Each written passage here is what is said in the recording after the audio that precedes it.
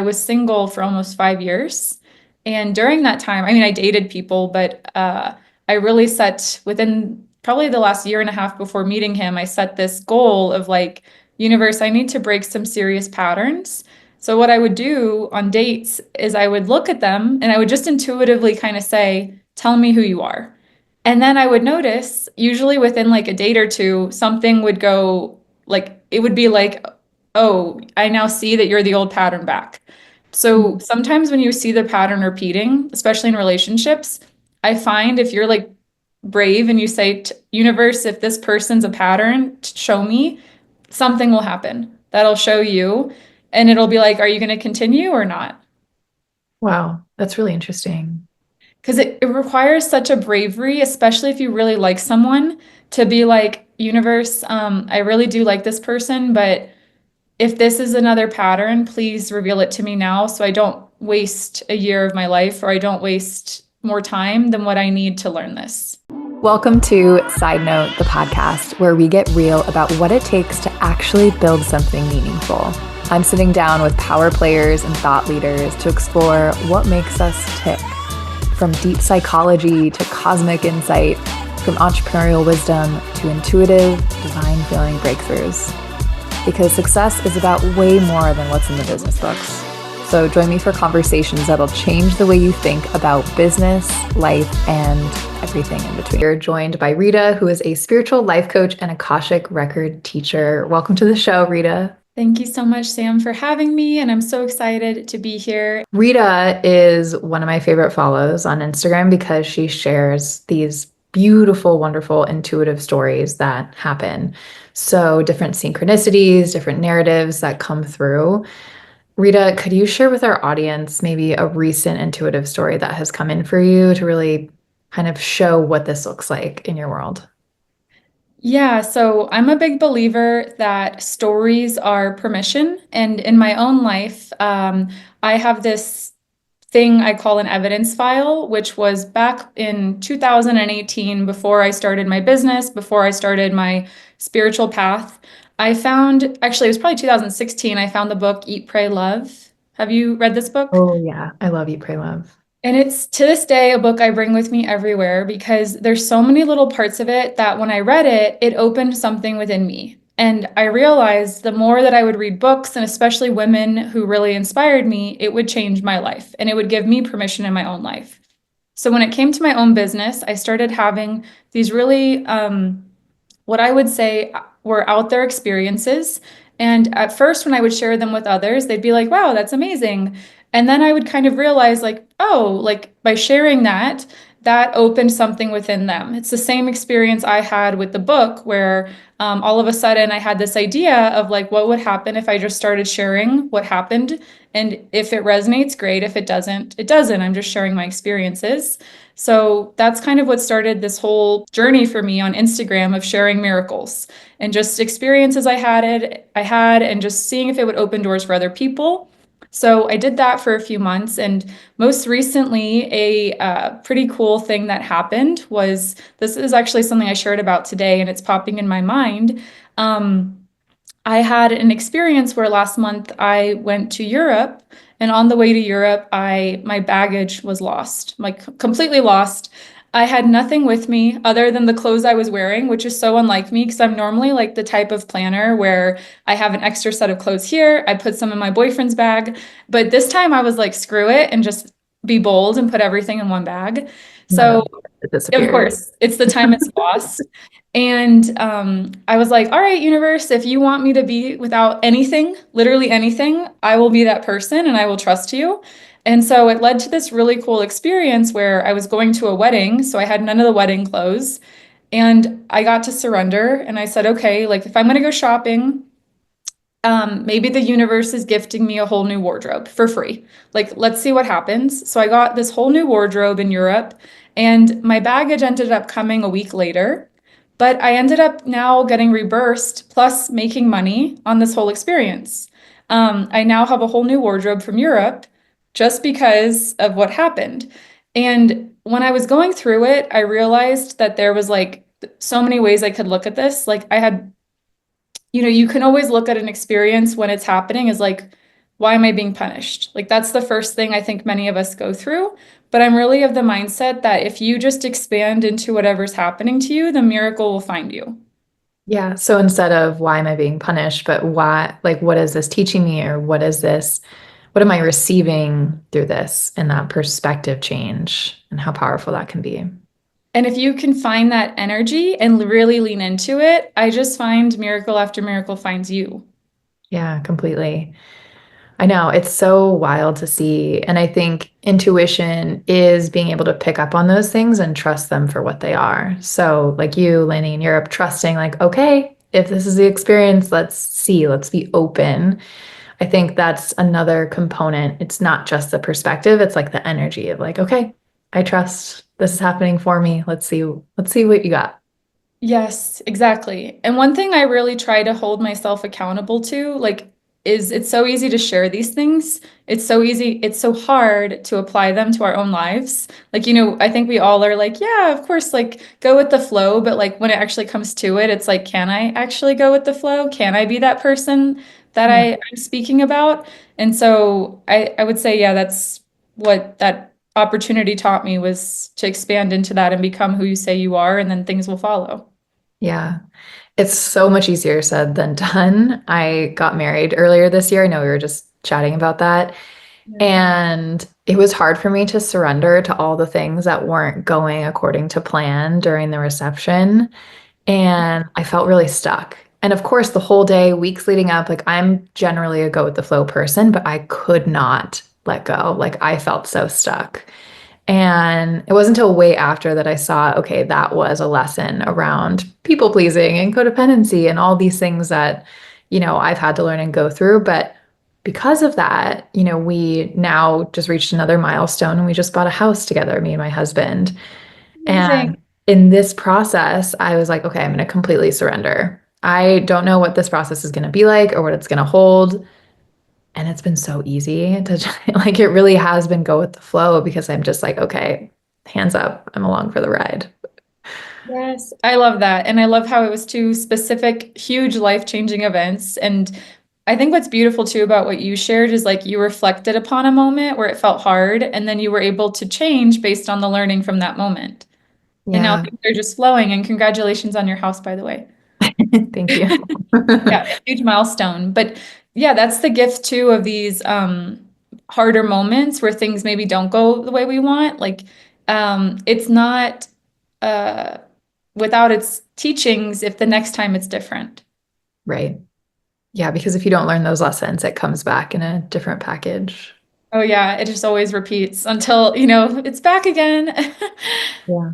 And I Um, feel like people run into that with relationships a lot. Like the same people keep surfacing in your life. And then at a certain point, it's like, okay, what's the pattern? What do I have to break here so that this stops happening?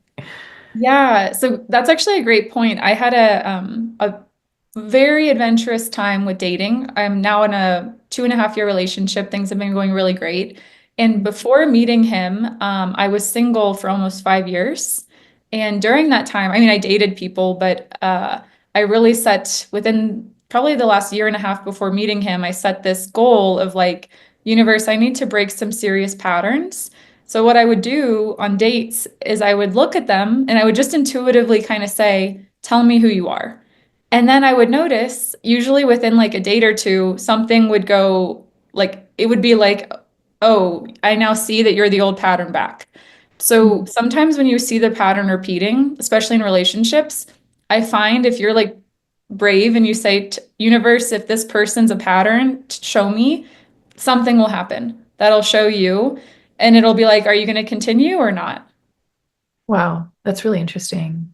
Because it requires such a bravery, especially if you really like someone, to be like, universe, I really do like this person, but if this is another pattern, please reveal it to me now so I don't waste a year of my life or I don't waste more time than what I need to learn this. Oh, it's bringing up a memory for me that like, oh, I'm like, oh, do I want to go through this? Yes, we'll go through it. So there was absolutely a sign, and I'm still trying to decipher it because I saw the sign recently again. But basically, long story short, I was with my ex and we were grabbing dinner because I was leaving San Francisco. I was about to like totally change my life. I quit my job. I was about to go and travel in Europe and Japan. And so I was like, go hell with it. Like we'll get dinner. And, I felt that cord still between us. It was definitely like a more toxic ex. But we were at dinner and it was on this outside patio. And he goes up to use the restroom. And while he's in the restroom, I spot this hawk and it's in a tree right above our table, which is very weird for San Francisco for a hawk to be in the city in a restaurant patio. And the hawk sweeps down and latches onto this fence where there's this overgrowth. And then the hawk picks up a mouse, like it caught a mouse that was in the overgrowth that it spotted, and it brought it back up to the tree. And so now I see this hawk. Basically, I think it like threw it in its mouth or something. It was really gnarly. But anyways, I took that as a sign of like, okay, this relationship is done. Like I cannot reach out to him after tonight. Like this needs to end. Oh, I And have chills. yeah, it was really, really wild. But it was very much like the universe speaking, saying, okay, this chapter is done, Samantha. Like you need to break it off and not even go back for just friendly dinners, you know? Wow. Oof. I have, yeah, and exactly, right? Like sometimes it'll come in a way that like, it's like, are you gonna really ignore this? Or are you gonna lean in and pay attention? And then we have the choice. Um, that's incredible. And yeah, so specific too, like the bird and the prey. This is finished. Yeah.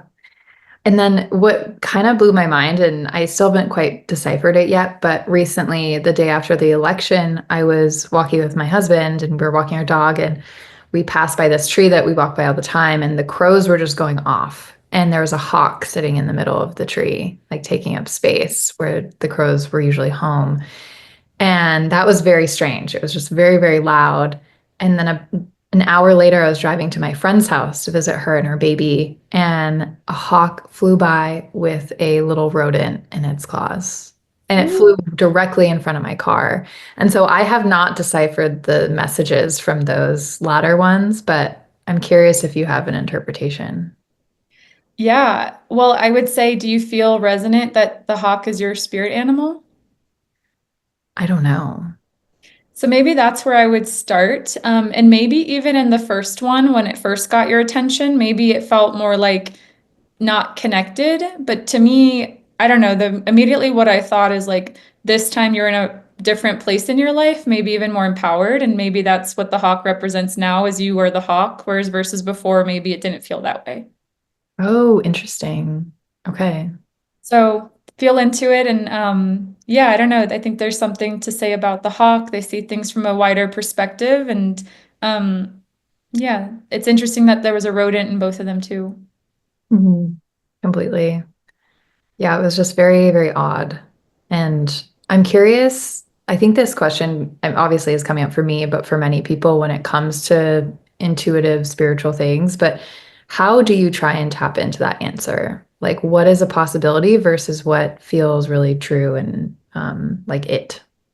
Yeah, I would say it depends. What does it make you feel when you see it? So, for example, there was once like a time where my cat or my old cat left me a rat, going back into the rodent thing. And one time I was like, this is a bad omen. Like, like that was my reaction when I looked at it. Like, I need to be careful today. I need to be mindful. And then another time I was like, I'm going to just get out there and like crush it today. Like, that was my interpretation of it. And it was the same symbol, but how it made me feel that day was very different.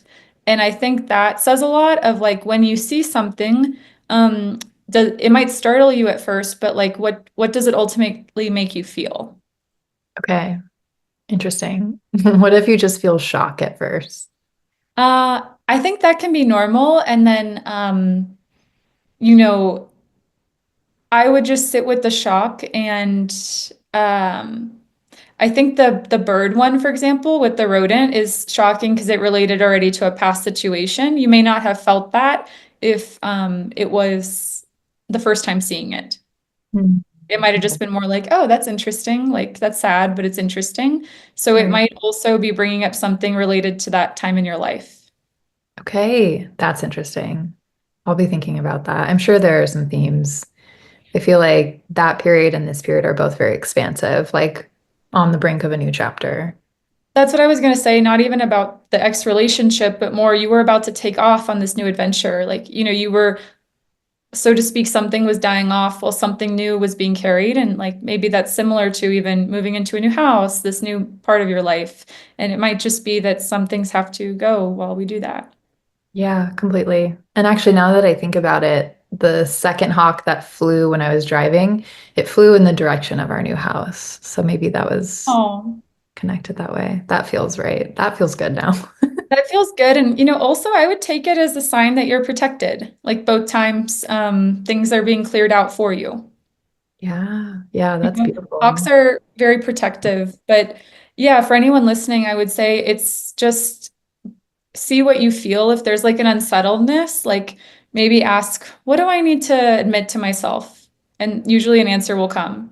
Even if it feels unrelated, whatever comes out is related. Okay. I love that. What do I need to admit to myself? I'm writing that down so I don't forget. And just be very gentle and loving with yourself. Like bravery is so hard and also so important on our path. Um, like we will miss things. Like speaking of also the universe directly giving us information if we're open. Going back a few years ago, I had an experience again in a past relationship where intuitively I knew they had done something. I knew they had done something, but I couldn't prove it. I had no proof, I had no evidence, but my gut told me this is accurate. And so I was in the car with my best friend and we were driving, and I'm like, "Do you think he did that?" And in that moment, I get a text from him that's just the check mark emoji. That's all it says, the check mark emoji. Oh my gosh. And I'm like, that's weird. He just texted me.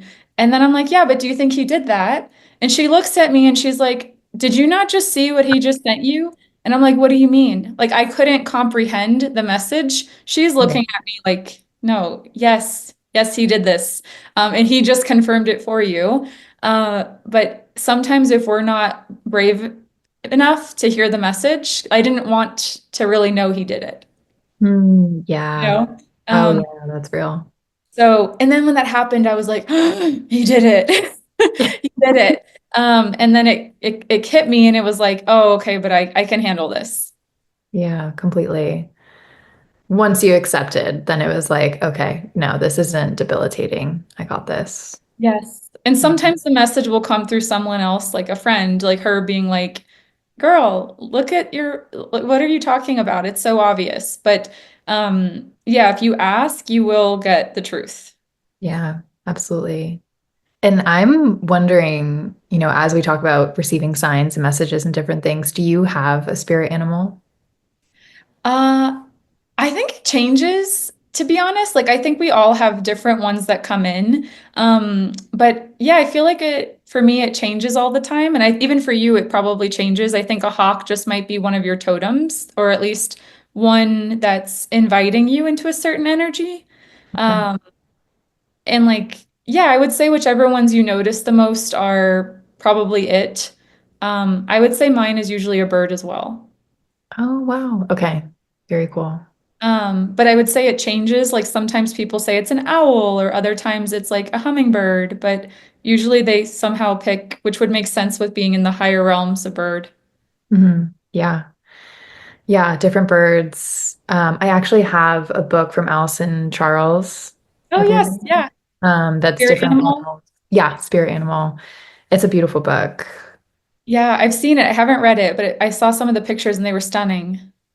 Yeah, and it breaks down each animal and, different types of birds and which, what qualities do they represent? What messages are they bringing?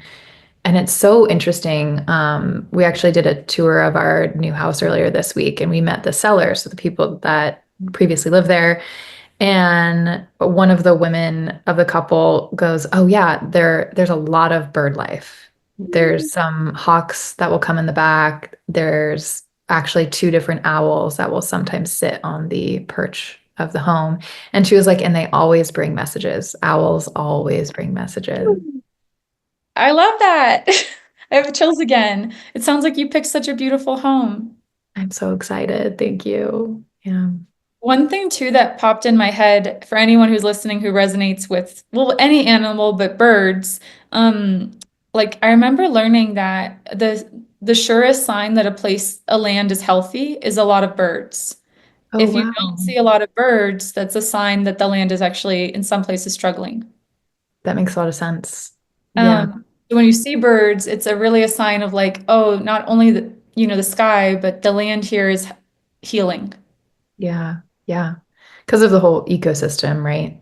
Yes. Soil, flowers, Yeah. vegetation, bugs, insects, birds, all of it, the whole chain. The whole chain, yeah. It's all interconnected. And also one thing I was going to share for anyone who's listening who's like, I don't know what my spirit animal is. A fun practice you can do is just ask yourself, like, if I had a spirit animal today, what would it be? And then, like, let's say which one do you get today?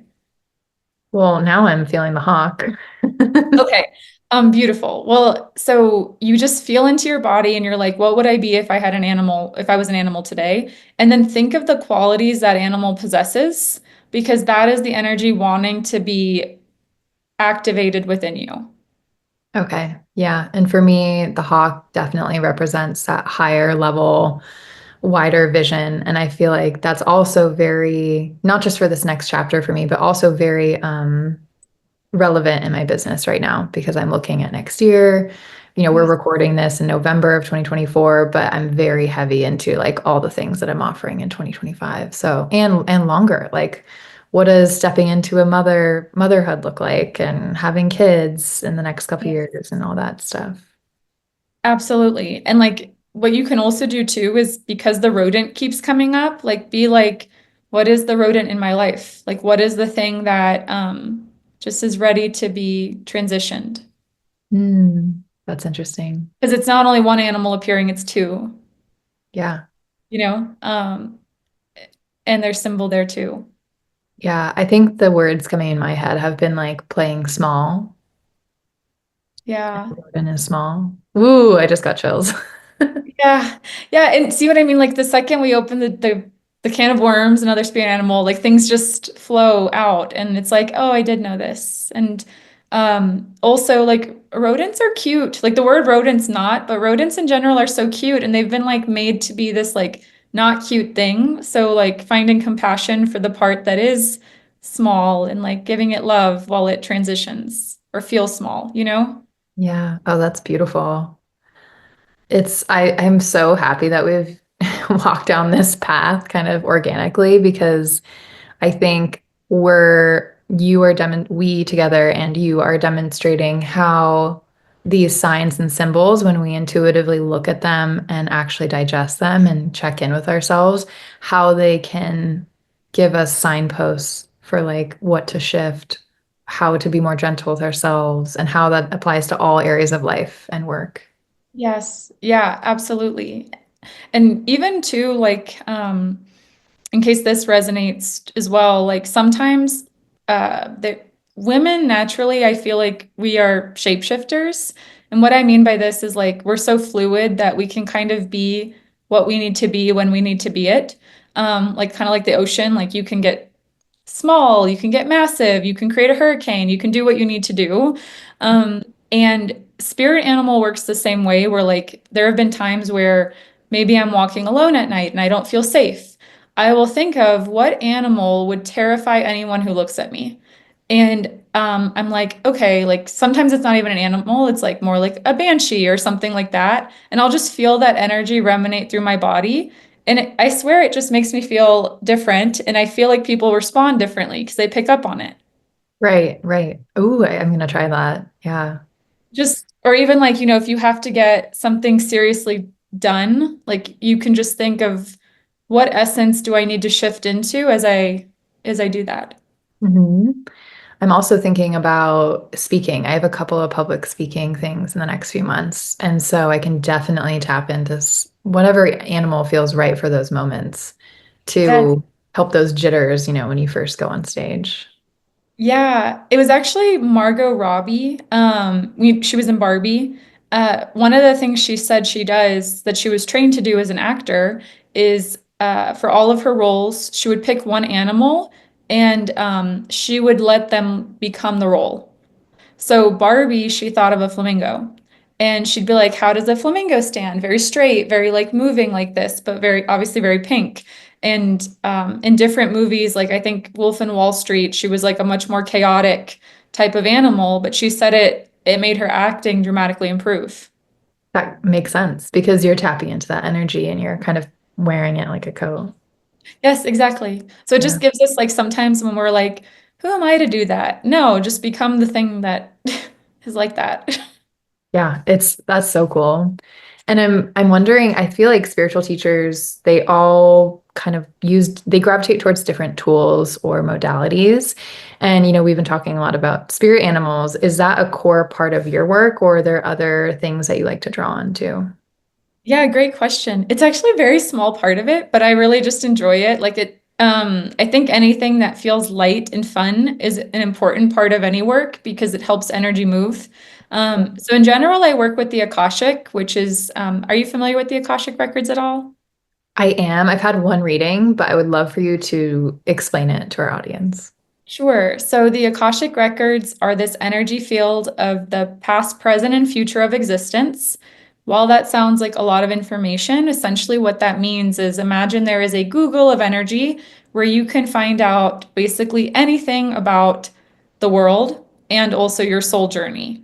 And my big principle with working with the Akashic is that we just learn what is for going to help us evolve in the best way. So if it's not going to help us evolve, we won't have access to that information. And that's where I primarily focus on teaching and, yeah, leading from that space. Hey, beautiful. So, what does it look like to work with you in the Akashic? So sometimes it's a mixture depending on who it is that comes. Sometimes I'm just sharing information based on questions they're asking, based on what I feel, and then I'll ask, does that resonate with you?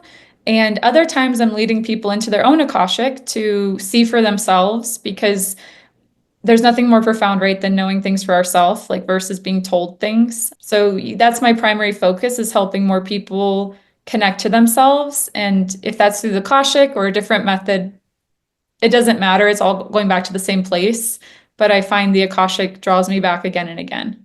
I envision the Akashic Records as like a giant library. And historically, for me, I've, worked with practitioners who go there to understand a bit more. I remember first when I was trying to hone in on like, what's my purpose? And that was when I was in my old corporate job because I was like, I know it's not just marketing. I know there's something bigger and better for me. And Yeah. then I went back again with another practitioner and looked at like how writing fits in my life because that's always been a passion, Ooh. big one. Yes, that's beautiful. And did it help? It did. Yeah, I felt like both times it clarified just my next step. So it didn't feel overwhelming. It's not like it was, go move to another part of the earth and do something drastically different and tear down your life. I'm sure that could be a possibility, but both were very helpful. And I think I'm still understanding the writing piece and trying to figure out, is there a book for me? Well, I know that there's a book, but what is that? When does it come in? And I'm trying to balance that with grace and patience as well. Yeah, absolutely. That's the gift of life, finding that middle ground in those two. But that definitely resonates because you can go to the Akashic and sometimes if you go into your own, it will look like a library, and other times it's just more it feels like a void, and you can ask anything and just be presented with information. And sometimes that information just comes in the way you feel, or sometimes you will see things or hear messages, but the Akashic kind of lives through us at all times. It's not always just a book with like showing us things. Like sometimes, I'll just give an example. I might feel like I can't move forward in a part of my life, like my business. And I'll feel it in my body. Okay, Akashic, what's holding me back? And it'll be like ancestral pattern. And I'll be like, okay, I won't necessarily see it, but then I'll think about my mom and I'll be like, okay, what is this pattern? Oh, this is an old pattern of grief. You're holding on to your ancestral grief. And then I'll be like, okay, thank you, Akashic. Can we release it? And I'll feel it like leave the body. Wow. So Whoa. sometimes it's a very like embodied type of feeling too, but not intense, just like, oh, that I'm aware that there's an energy stuck.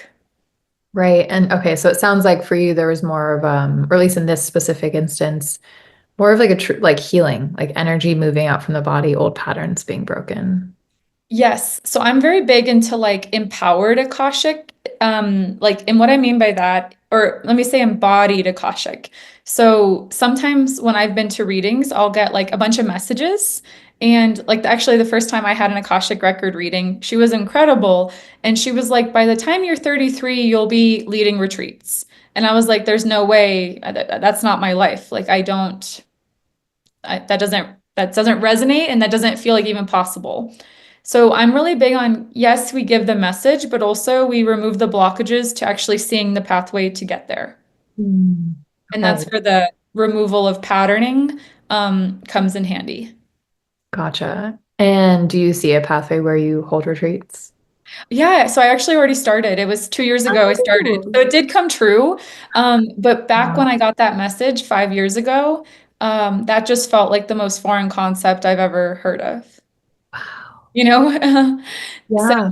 yeah, but like also like sometimes people will say, well, my I keep hearing that I'm going to meet my person, but I haven't met them. So that's when I would be like, okay, Akashic, what are the blockages that are preventing this timeline from happening? And it would be like, oh, there's an ancestral pattern here where women in her family are not allowed to be happy. Like that's not true, but that's what the pattern's telling the field. So let's remove that. Mhm. Yeah. Oof. Does that make, Okay. because we can know when there's like something's not aligned. We can feel it. Yeah, we can. That's something I've ran into with writing. I feel like I've tried many different ways of writing, which has been awesome, but I just haven't been able to move through the block when it comes to like, what is that first story that I write? Yeah, that makes sense. I'm actually in the midst of writing a book as well, and it has been incredibly uh, challenging, honestly, because yeah, it's really hard. Even though you can see the vision and know the message, and what I've found is like every time I meet the book, I have to go, okay, Rita, where are we hiding? And I have to go back, and then every single time I do this, something comes up. Wow. Okay, I'm gonna try that too. I okay. And I know you recently talked about ancestral healing in the book and specifically being a female author, and there was something about your grandfather. Are you open to Yes. sharing that? Yes, so this was actually, I just came out with a journal, I co-authored a journal with my friend Sabrina. And while we were creating this journal, it has like a bunch of prompts. I actually have it here. I'll show you so you can just see. Oh, cool. This is what it looks like. Oh, Um, that's cool. Thank you. And it has like, all these pages of prompts, all these things. So Cool. while we were making this for both of us, yeah, we would be like, hey, what's coming up for you today in resistance? What's coming up for you? And one day I just wanted to basically like burn the whole book down. Like I was like, I just want to stop. This doesn't feel right. And when her and I worked through it, what came up for me was that my grandfather does not believe in women authors. And he's passed and he was an amazing man, but during his time of living, that was a very common thread. They were from Ireland and there was quite a few people who had that belief. And so I noticed this feeling came up inside of me of like shame and like, you shouldn't be putting this out in the world because it's not right. So I had to clear through that belief. And it was very empowering to one, you know, have this journal. I think I'm the first woman in the family to make something like that. But I could definitely feel the resistance until I identified that. Yeah, absolutely. Oof. Yeah, I think as you said, writing, so many things can come up, but those patterns, those like sneaky resistance things are great to Yes. identify and move. I did a breathwork class earlier this week, and there was this one vision where on both sides of me, I saw all the women in my family on my mom's side and then my dad's side, and everyone was like kind of linked shoulder to shoulder, like mother to daughter to daughter to daughter.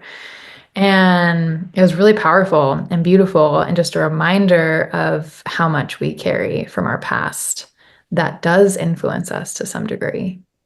Yes, yes, absolutely. And I don't know if this resonates with you too, but there can be this element of dread that we can feel knowing we won't be the same person at the end of the book. Yeah. And sometimes I find it's not like that we don't feel we can write it, but there's this element of knowing our life will not be the same at the end of it. Does that resonate? Oh, yeah. Yeah, so that's what I've found every time I go to write. I have to clear every single time. Hopefully, it's not the same for everyone listening, but I found for me, every time I sit, I have to clear at least one belief out before I can write. Yeah. I think that makes a lot of sense. I tried they say there's planners and pantsers when it comes to writing. Planners like to have an outline and pantsers just show up and write and somehow create a novel or a full book. And so I tried pantsing this one book and it was resistance after resistance every time I sat down to write. And so I think I will try that and trying to just like almost like open up the curtains on like, I don't know where this is going. I don't know who I will be. And just be Yes. open to that, like we were saying before, kind of surrendering to the process. I don't know. Every time I've sat down, what like the constant reoccurring theme that comes up, because are you writing in your book about yourself? I've done 3 or 4, again, all drafts, nothing that I've gone back and edited thoroughly or want to bring to publication, but there's been one that the protagonist was similar to me, like based off of me. And was that easier or harder to write for you? The plot was great. I engineered it to a point where I loved it. And again, that was an outline method, but I never was able to write it past like chapter 3. Maybe sometimes what helps is asking just what wants to be birthed through me. I'm Yeah. sure you've asked questions like that, but sometimes that opens the door. No, I'm glad you brought that up because with writing, everything I've read about writing, every, writing master I've studied is that books come through you. And so when you can step back and actually not think of yourself as the author or the person behind it, kind of removing the ego and letting whatever wants to come through, then it's an easier process. Yeah, that resonates a lot. Yeah, it's that we're just the channel, basically, Yeah. Isn't that true? In all things. in all things. And that's actually a release, like there's an ease to that. Yeah, there is. I think I even see that in my business with coaching is sometimes I just have to absorb what people are telling me and then I'll have this like breakthrough idea come through. But I have to let it come through. I can't be like searching for it with a flashlight. Yeah, absolutely. That was one thing. I was just sharing this with the client who was like putting a lot of pressure on herself and her business. Um, if you just get out of the way and one piece of valuable advice comes through, that's enough for the whole call. Because sometimes, there's this pressure of like, well, I have to constantly deliver. I have to constantly deliver. But what if that one piece of advice saves them $5,000 on their marketing? Or what if that one piece of advice, from an Akashic perspective, what if that's the reason they don't get a divorce? What if, like, you can't really put a tangible amount sometimes on that one thing that needs to flow through? What are common things that flow through you to your clients? I would say there's definitely themes. We all have ancestral patterns. I would say 9 out of 10 people who come to me have some sort of ancestral pattern to be cleared. Um, and you can just ask yourself, like, do I have any patterns that don't belong to me? And that's the key there. Like, we can often feel like it's an uphill battle if we're carrying patterns that aren't even ours, basically. Like, we might have our own stuff we need to work through, but if you're carrying stuff for your ancestors, that's so heavy. And it's an opportunity to, yeah, be clear. So I would say that comes up a lot. Also, there's a fear a lot of the time of being fully empowered. I think a lot of us have that. And um, the way that that manifests is you have to look at, where do I not feel safe? Ooh, interesting. Where do I not feel safe? And then that shows you where you're too afraid to be empowered. Yeah. Or too afraid to find the love we want, too afraid to have the business we want. It all comes down to safety. Okay. It Okay. all ties in. Because, if it's somewhere, there's a lie going on about it. Right. And then what can we do about that? Um, consciousness and presence heals so much. So just being present to what we're unconscious of will shift mountains. Yeah. Kind of like, going back to what we talked about at the beginning of like just ask to become aware. Like sometimes I'll say I'm aware of what I'm unaware of. And like then I'll be like, oh, Rita, you've been procrastinating on X because you're terrified of X. Like now I see it. You know, Yeah. it's kind of you just have to kind of nip it in the butt before it goes on for a long time. Yeah. Yeah. Just ask. I feel like there are so many like codes, like unlocks that you've shared in this Oh, episode. oh my gosh. Amazing. Yeah. Like sometimes even I'll just say I download myself with infinite intelligence and like I'll just sit there until the answer comes. Like I'll just say I download myself with infinite intelligence and then I wait until the knowing pops in. Wow. That's so cool. We are just computers and we are just waiting to know how to be programmed. Like, Upgrade me. yeah, upgrade me. Yeah, I'm gonna sit here until the download makes sense. Yeah, yeah, absolutely. Well, I think this is a great place to close. Rita, this has been really magnificent. Thank you for sharing all your wisdom. Where can people find you if they want to, tap into all the intuitive stories you're sharing and work with you? Well, thank you so much for having me. And for anyone listening, thank you for listening. I hope you enjoyed the stories.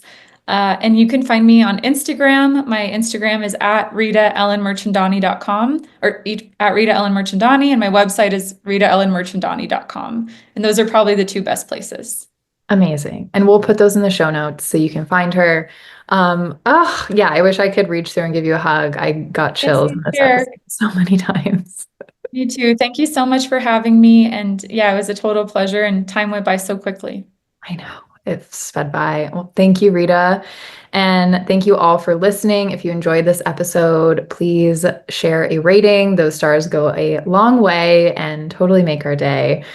And with that, you can find me at growwith_Sam on Instagram or at growwithsam.com. You can find more about the Side Note podcast at sidenotepod.com.